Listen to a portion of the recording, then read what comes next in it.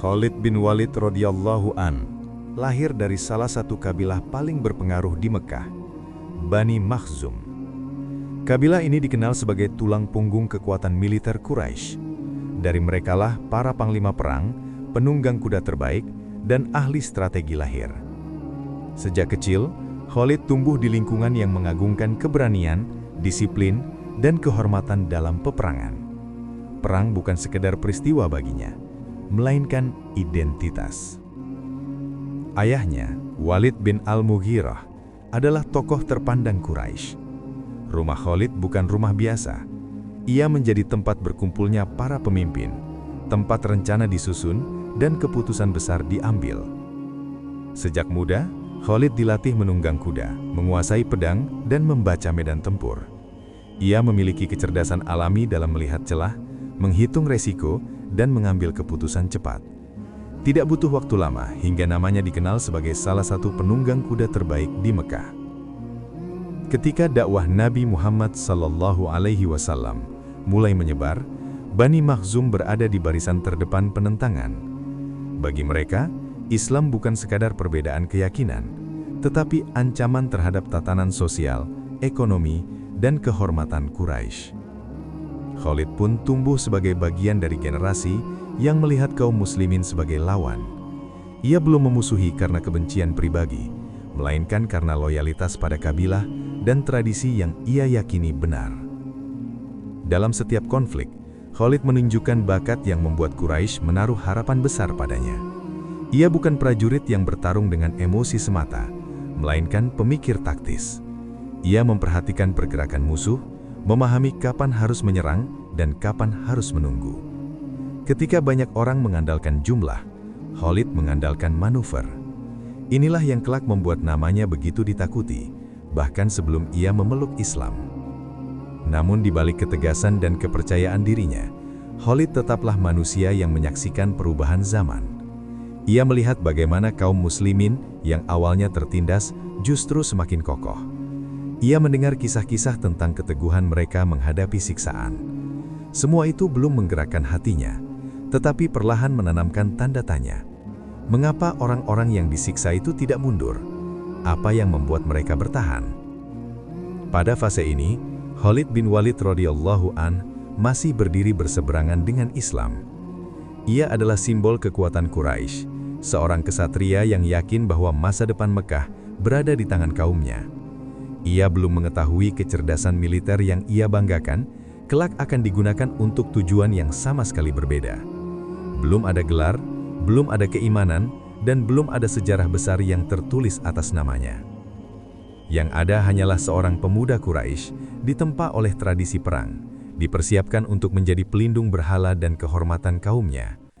Tak seorang pun, termasuk Khalid sendiri, menyadari bahwa jalan hidupnya sedang menuju titik balik besar.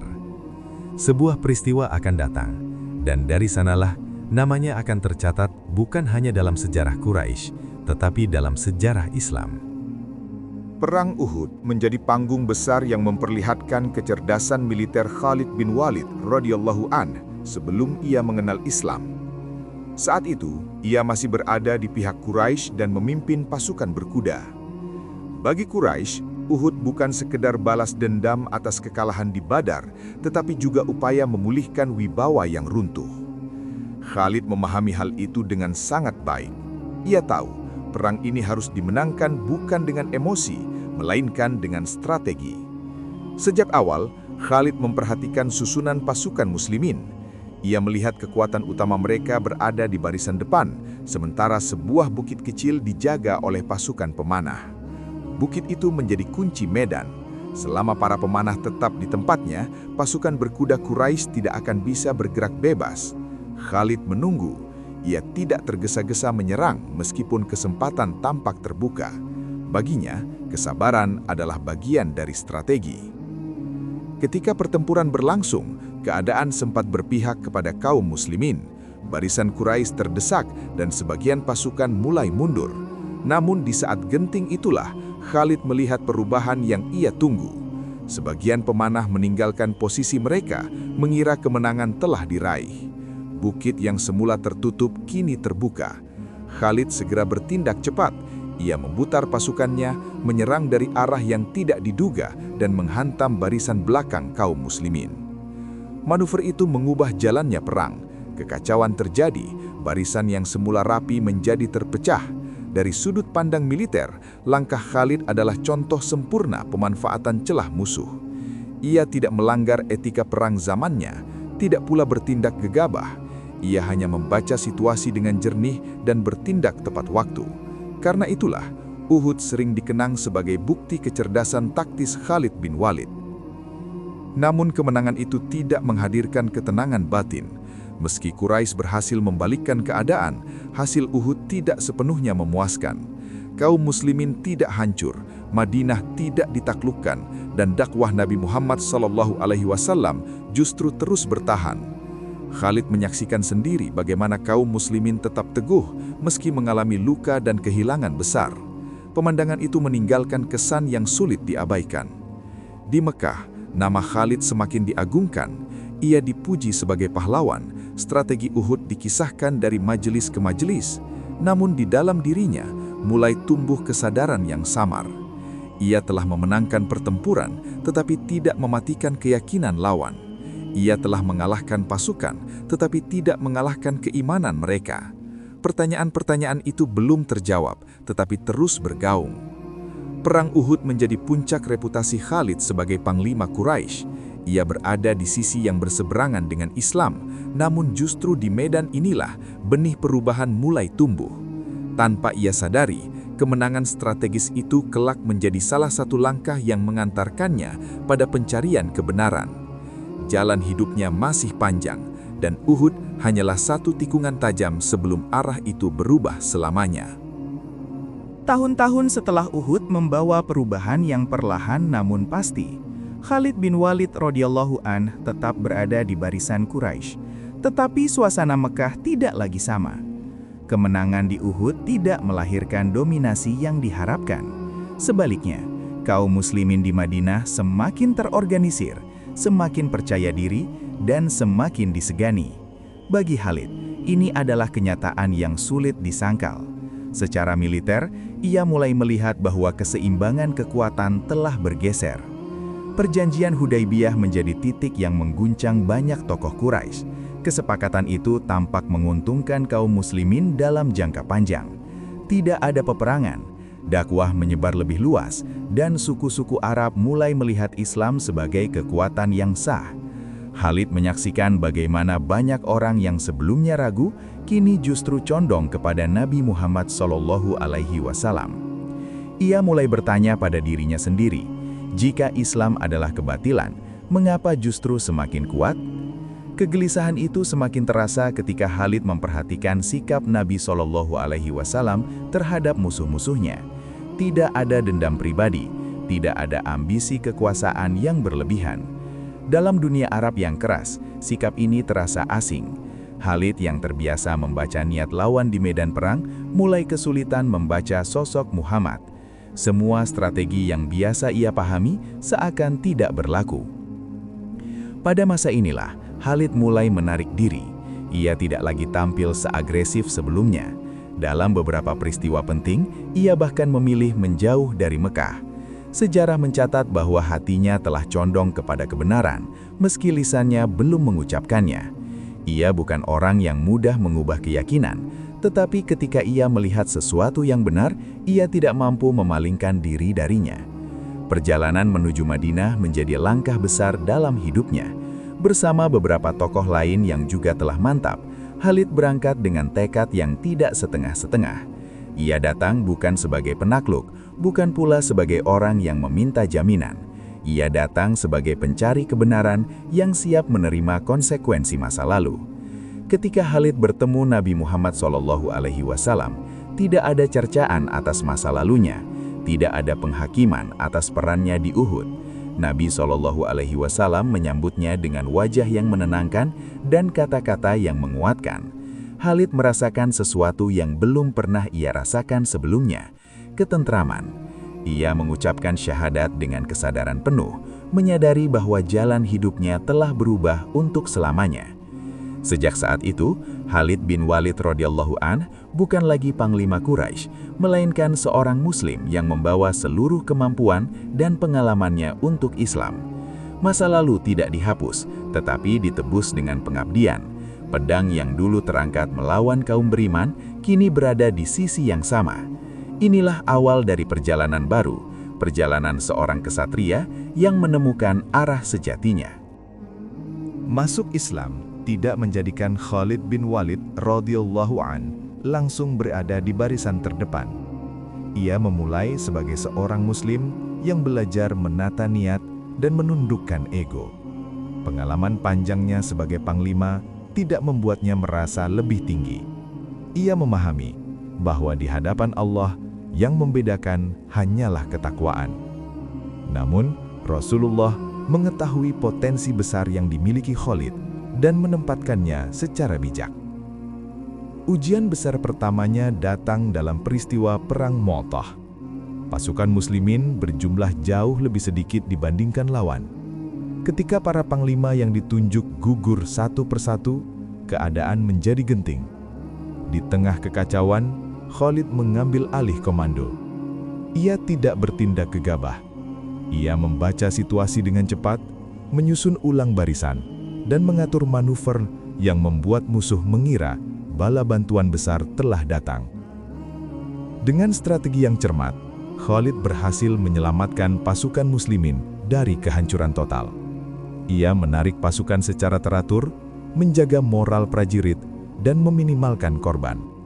Keputusan itu bukan tanda kekalahan, melainkan kebijaksanaan. Ketika kabar Mu'tah sampai ke Madinah, Rasulullah Shallallahu Alaihi Wasallam menyampaikan peristiwa itu kepada para sahabat dan memberikan gelar yang kelak melekat selamanya. Saifullah, pedang Allah yang terhunus. Gelar itu bukan pujian kosong. Sejak saat itu, Khalid memikul tanggung jawab besar. Ia bukan hanya panglima yang cerdas, tetapi juga simbol bahwa kemampuan duniawi bisa menjadi sarana kebaikan jika diarahkan dengan benar. Khalid sendiri menyadari hal itu. Ia semakin rendah hati, semakin taat, dan semakin disiplin. Baginya, kemenangan bukan tujuan utama. Keridhaan Allah lah yang dicari. Dalam berbagai ekspedisi setelah Mu'tah, Khalid menunjukkan keteguhan dan kecermatan. Ia memimpin dengan keteladanan, berada di barisan depan tanpa mencari pujian. Ia belajar menahan diri, terutama ketika emosi masa lalunya sebagai prajurit Quraisy muncul. Di bawah bimbingan Rasulullah Shallallahu Alaihi Wasallam, Khalid ditempa bukan hanya sebagai ahli strategi, tetapi sebagai pemimpin berakhlak. Hubungan Khalid dengan Rasulullah dibangun atas kepercayaan. Nabi tidak mengungkit masa lalu Khalid, dan Khalid menebus masa lalunya dengan pengabdian tanpa pamrih. Ia memahami bahwa setiap langkahnya kini membawa nama Islam. Kesalahan kecil pun bisa berdampak besar. Karena itu, ia menjaga diri dengan sungguh-sungguh. Babak ini menandai perubahan mendalam dalam diri Khalid bin Walid radhiyallahu an. Dari seorang penunggang kuda Quraisy menjadi panglima Islam, dari pencari kemenangan menjadi penjaga amanah. Pedangnya masih terhunus, strateginya masih tajam, tetapi hatinya kini terikat pada kebenaran. Jalan yang ia tempuh semakin berat, namun semakin bermakna. Penaklukan Mekkah menjadi momen yang penuh makna bagi Khalid bin Walid RA. Kota yang dahulu ia bela dengan sepenuh tenaga, kini ia masuki di bawah panji Islam. Rasulullah mengatur pasukan dengan disiplin tinggi, menekankan agar tidak ada pertumpahan darah kecuali jika terpaksa. Khalid memimpin salah satu sayap pasukan, menjalankan perintah dengan penuh tanggung jawab. Di beberapa titik, terjadi perlawanan dari pihak Quraisy yang belum menerima kenyataan. Khalid dan pasukannya terlibat bentrokan singkat. Situasi ini berlangsung cepat dan terkendali, hingga akhirnya Mekkah dapat dikuasai tanpa peperangan besar. Bagi Khalid, peristiwa ini adalah ujian batin. Ia berada di kota masa kecilnya, berhadapan dengan orang-orang yang dahulu berdiri bersamanya. Namun ia tetap menjaga disiplin dan tidak bertindak melampaui perintah. Setelah penaklukan, Rasulullah SAW menegakkan prinsip pemaafan. Banyak tokoh Quraisy yang sebelumnya memusuhi Islam diberi jaminan keselamatan. Khalid menyaksikan langsung bagaimana kekuasaan tidak digunakan untuk balas dendam. Peristiwa ini memperkuat keyakinannya bahwa Islam bukan agama penaklukan semata, melainkan agama yang menata hati manusia. Tidak lama setelah itu, terjadi peristiwa yang menjadi pelajaran besar bagi Khalid. Dalam sebuah ekspedisi terhadap Bani Jadzimah, terjadi kesalahpahaman yang berujung pada tindakan yang tidak diinginkan. Ketika kabar itu sampai kepada Rasulullah SAW, beliau menunjukkan sikap tegas dan adil. Rasulullah SAW menyatakan tidak meridai tindakan tersebut dan segera mengutus sahabat lain untuk menyelesaikan urusan serta menenangkan pihak yang dirugikan. Khalid menerima teguran itu dengan lapang dada.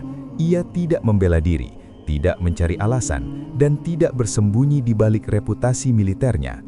Ia menyadari bahwa sebagai Muslim, ketaatan kepada perintah Rasulullah SAW berada di atas segala pertimbangan pribadi. Peristiwa ini menjadi titik penting dalam pembentukan karakternya. Ia belajar bahwa kekuatan harus selalu diiringi dengan kendali dan tanggung jawab. Sejak saat itu, Khalid semakin berhati-hati dalam setiap keputusan. Ia memahami bahwa kesalahan seorang pemimpin bisa berdampak luas. Pengalaman pahit ini justru memperdalam kedewasaannya. Ia tidak kehilangan kepercayaan Rasulullah SAW, namun ia mendapatkan pelajaran yang tidak akan pernah ia lupakan. Babak ini menunjukkan bahwa perjalanan Khalid bin Walid RA bukan hanya tentang kemenangan dan kejayaan. Ada ujian, koreksi, dan pembelajaran. Dari penaklukan Mekah hingga peristiwa yang menguji kedisiplinannya, Khalid ditempa menjadi panglima yang tidak hanya kuat di medan perang, tetapi juga tunduk pada nilai dan hukum Islam. Wafatnya Rasulullah SAW mengguncang seluruh jazirah Arab. Bagi Khalid bin Walid radhiyallahu an, kehilangan itu bukan hanya duka pribadi, tetapi juga awal dari fase berat bagi umat Islam. Banyak kabilah yang sebelumnya tunduk mulai memberontak.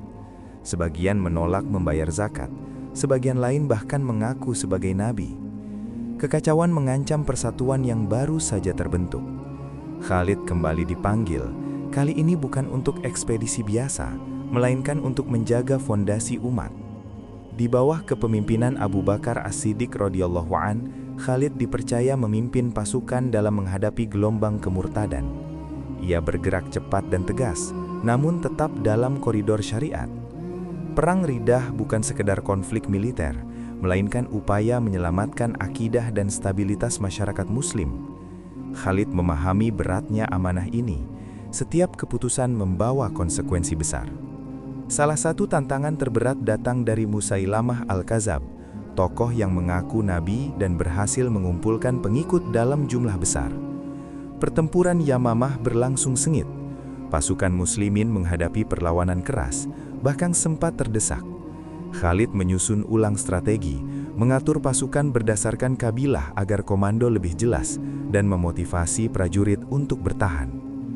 Dengan keteguhan dan disiplin, keadaan perlahan berbalik. Pertempuran itu menelan banyak korban, termasuk para penghafal Al-Quran.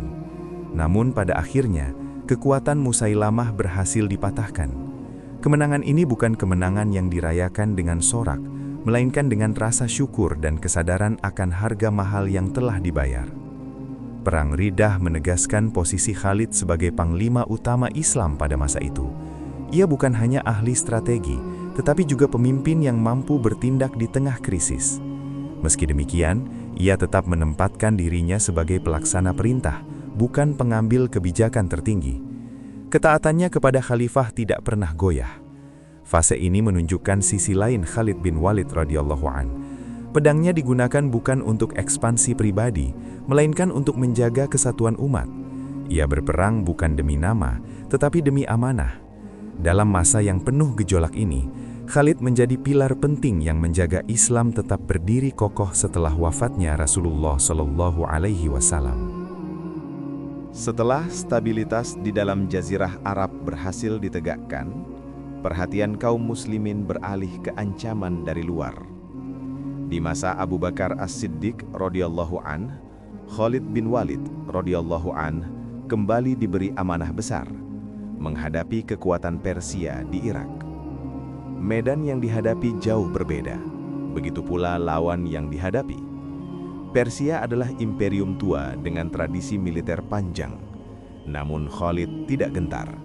Ia memahami bahwa kemenangan bukan ditentukan oleh kebesaran nama, melainkan oleh strategi dan keteguhan. Dalam serangkaian pertempuran di Irak, Khalid menunjukkan kecermatan luar biasa. Ia bergerak cepat, memukul sebelum lawan siap, dan tidak memberi kesempatan musuh mengatur ulang kekuatan.